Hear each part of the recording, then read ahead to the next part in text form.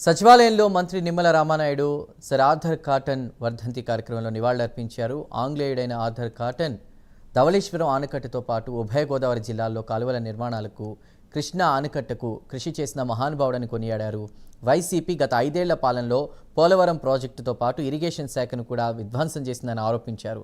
విధ్వంసానికి గురైన పోలవరం ప్రాజెక్టుతో పాటు ఇరిగేషన్ రంగాన్ని చంద్రబాబు గాడిలో పెట్టారని మంత్రి తెలిపారు.